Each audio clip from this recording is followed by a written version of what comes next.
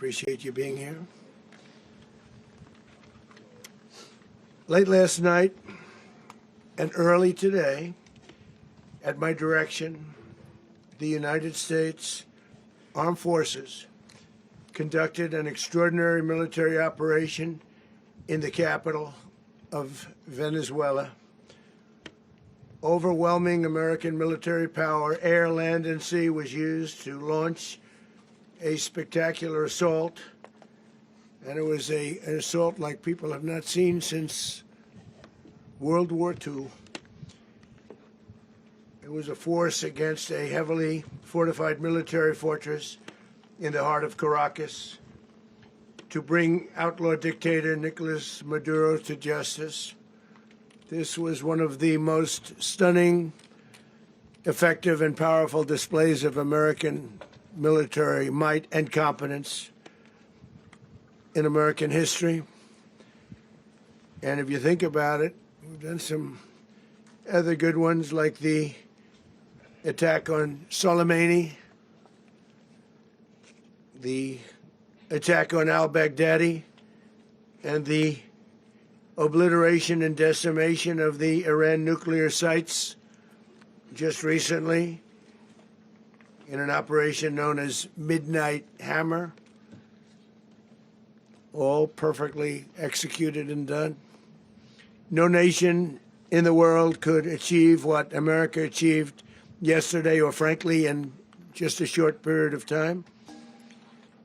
All Venezuelan military capacities were rendered powerless as the men and women of our military, working with U.S. law enforcement, successfully captured Maduro in the dead of night. It was dark. The lights of Caracas were largely turned off due to a certain expertise that we have. It was dark, and it was deadly. But captured along with his wife, Celia Flores, both of whom now face American justice. Maduro and Flores have been indicted in the Southern District of New York, it's Jay Clayton, for their campaign of deadly narco-terrorism against the United States and its citizens. I want to thank the men and women of our military who achieved such an extraordinary success overnight with breathtaking speed, power, precision, and competence. You rarely see anything like it. You've seen some raids in this country that didn't go so well. They were an embarrassment. If you look back to Afghanistan, or if you look back to the Jimmy Carter days, they were different days. We're a respected country again, maybe like never before. These highly trained warriors, operating in collaboration with U.S. law enforcement, caught them in a very ready position. They were waiting for us. They knew we had many ships out in the sea. We were just sort of waiting. They knew we were coming. So they were in a ready, what's called a ready position. But they were completely overwhelmed and very quickly incapacitated. If you would have seen what I saw last night, you would have been very impressed. I'm not sure that you'll ever get to see it, but it was an incredible thing to see. Not a single American service member was killed, and not a single piece of American equipment was lost. We had many helicopters, many planes, many people involved in that fight. But think of that, not one piece of military equipment was lost, not one service member was, more importantly, killed. The United States military is the strongest and most fearsome military on the planet by far, with capabilities and skills our enemies can scarcely begin to imagine. We have the best equipment anywhere in the world. There's no equipment like what we have, and you see that even if you just look at the boats. You know, we've knocked out 97% of the drugs coming in by sea. 90%. Each boat kills on average, 25,000 people. We knocked out 97%. And those drugs mostly come from a place called Venezuela. We're going to run the country until such time as we can do a safe, proper, and judicious transition. So we don't want to be involved with having somebody else get in, and we have the same situation that we had for the last long period of years. So we are going to run the country until such time as we can do a safe, proper, and judicious transition. And it has to be judicious because that's what we're all about. We want peace, liberty, and justice for the great people of Venezuela, and that includes many from Venezuela that are now living in the United States and want to go back to their country. It's their homeland. We can't take a chance that somebody else takes over Venezuela that doesn't have the good of the Venezuelan people in mind.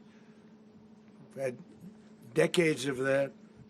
We're not going to let that happen.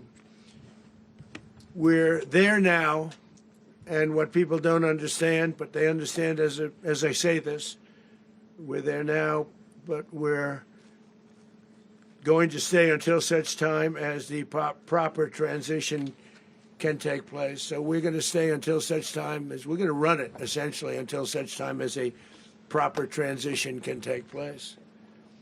As everyone knows, the oil business in Venezuela has been a bust, a total bust, for a long period of time. They were pumping almost nothing by comparison to what they could have been pumping and what could have taken place. We're going to have our very large United States oil companies, the biggest anywhere in the world, go in, spend billions of dollars, fix the badly broken infrastructure, the oil infrastructure, and start making money for the country. And we are ready to stage a second and much larger attack if we need to do so. So we were prepared to do a second wave if we needed to do so. We actually assumed that a second wave would be necessary, but now it's probably not. The first wave, if you'd like to call it that, the first attack was so successful, we probably don't have to do a second, but we're prepared to do a second wave, a much bigger wave, actually. This was pinpoint, but we have a much bigger wave that probably won't have to do. This partnership of Venezuela with the United States of America, a country that everybody wants to be involved with because of what we were able to do and accomplish, will make the people of Venezuela rich, independent, and safe. And it will also make the many, many people from Venezuela that are living in the United States extremely happy. They suffered. They suffered. So much was taken from them. They're not going to suffer anymore.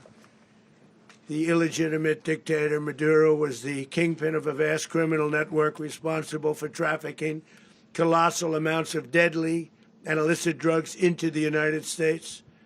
As alleged in the indictment, he personally oversaw the vicious cartel known as Cartel de las Solas, which flooded our nation with lethal poison, responsible for the deaths of countless Americans, the many, many Americans. Hundreds of thousands over the years of Americans died because of him. Maduro and his wife will soon face the full might of American justice and stand trial on American soil. Right now, they're on a ship they'll be heading to, ultimately, New York, and then a decision will be made, I assume, between New York and Miami or Florida. But we have people where the overwhelming evidence of their crimes will be presented in a court of law. And I've seen it. I've seen what we have. It's both horrible and breathtaking that something like this could have been allowed to take place. For many years after his term as president of Venezuela expired, Maduro remained in power and waged a ceaseless campaign of violence, terror, and subversion against the United States of America, threatening not only our people, but the stability of the entire region. And you all saw it. In addition to trafficking gigantic amounts of illegal drugs that inflicted untold suffering and human destruction all over the country, all over, in particular the United States. Maduro sent savage and murderous gangs, including the bloodthirsty prison gang, Tren de Aragua, to terrorize American communities nationwide, and he did indeed. They were in Colorado. They took over apartment complexes. They cut the fingers off people if they called police. They were brutal, but they're not so brutal now. And I just have to congratulate our military, Pete and everybody, and our National Guard, because the job that they've done, whether it's in Washington, D.C., where we have a totally safe city, where it was one of the most unsafe cities anywhere in the world, frankly, and now we have no crime in Washington, D.C. We haven't had a killing. We had the terrorist attack a few weeks ago, a little bit of a different kind of a threat, but we haven't had a killing in a long period of time, 6, 7 months. We used to have two, on average, 2 a week in Washington, our capital. We don't have that anymore. The restaurants are opening. Everyone's happy. They're walking their daughters. They're walking their children, their wives. They walk to restaurants. Restaurants are opening all over Washington, D.C. So I want to thank the National Guard. I want to thank our military. And I want to thank law enforcement. It's been amazing.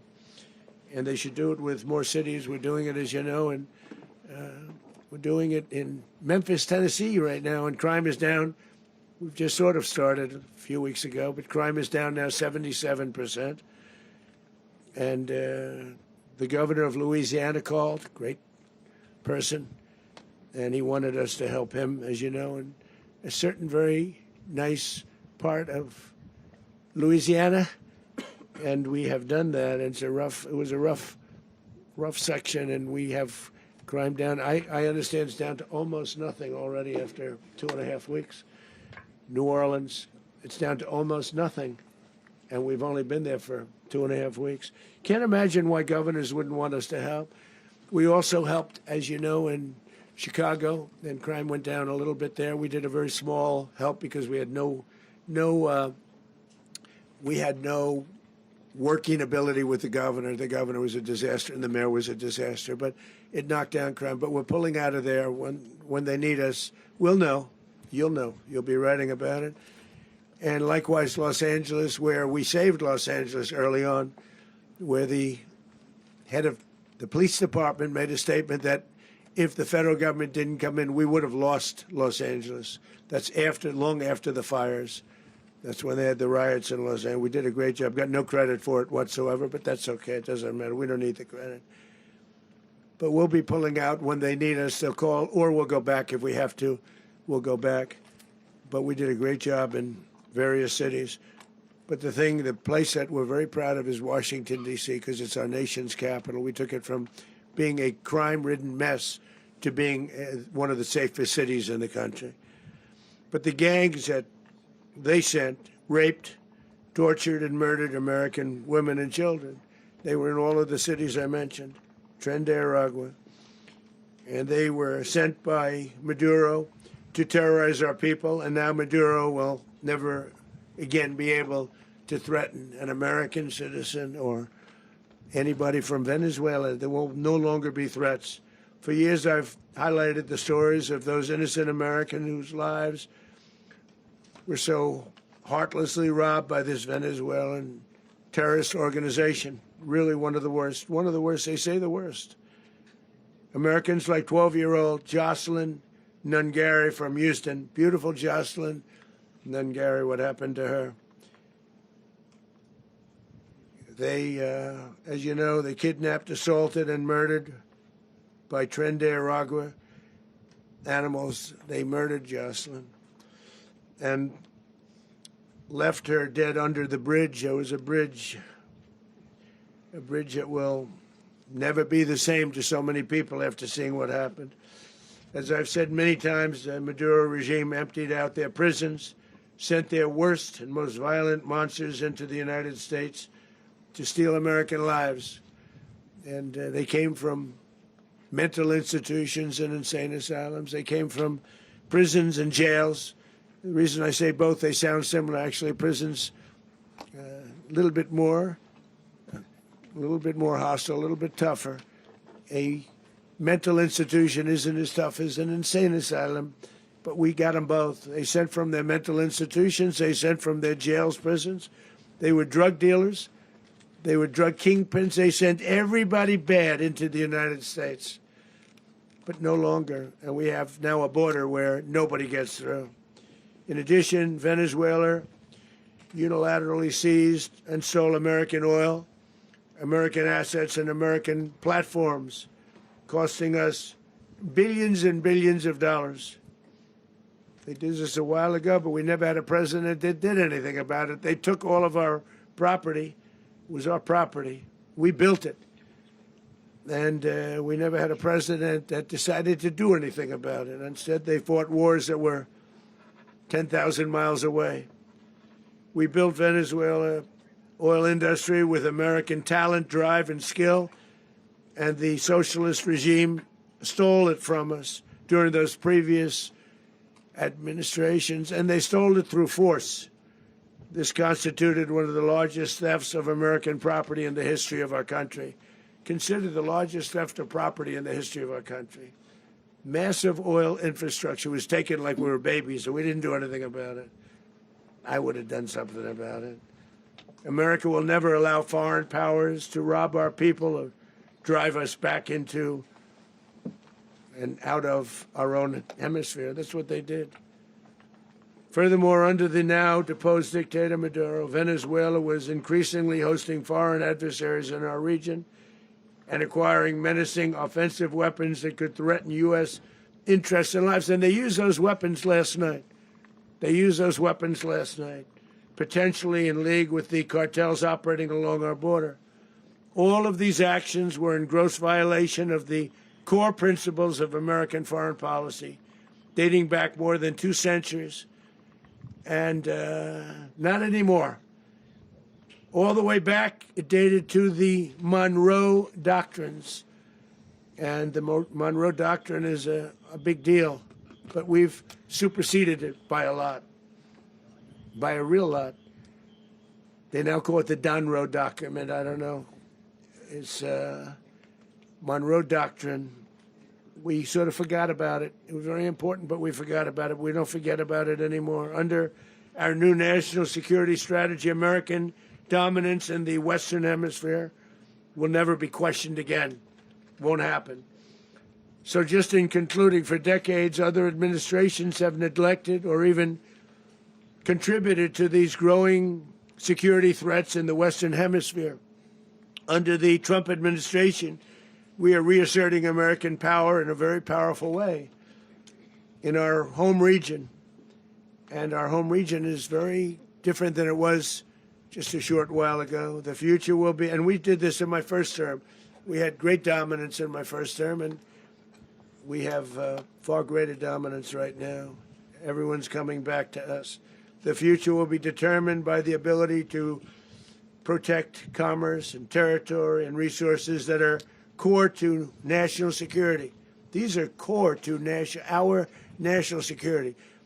Just like tariffs are, they've made our country rich, and they've made our national security strong, stronger than ever before. But these are the iron laws that have always determined global power. And we're going to keep it that way. We will secure our borders. We will stop the terrorists. We will crash the cartels, and we will defend our citizens against all threats, foreign and domestic. Other presidents may have lacked the courage or whatever to defend America, but I will never allow terrorists and criminals to operate with impunity against the United States. This extremely successful operation should serve as warning to anyone who would threaten American sovereignty or endanger American lives. Very importantly, the embargo on all Venezuelan oil remains in full effect. The American Armada remains poised in position, and the United States retains all military options until United States demands have been fully met and fully satisfied. All political and military figures in Venezuela should understand what happened to Maduro can happen to them, and it will happen to them if they aren't just fair, even to their people. The dictator and terrorist, Maduro, is finally gone in Venezuela. People are free. They're free again. It's been a long time for them, but they're free. America is a safer nation this morning. It's a prouder nation this morning because it didn't allow this horrible person and this country that was doing very bad things to us. It didn't allow it to happen. And the Western Hemisphere is right now a much safer place to be. So I want to thank everybody for being here. I want to thank General Raisin Kane. He's a fantastic man. I've worked with a lot of generals. I worked with some I didn't respect. I worked with some that just weren't good. But this guy is fantastic. I watched last night one of the most precise attacks on sovereignty. I mean, it was an attack for justice. And I'm very proud of him, and I'm very proud of our Secretary of War, Pete Hegseth, who I'm going to ask to say a few words. Thank you very much.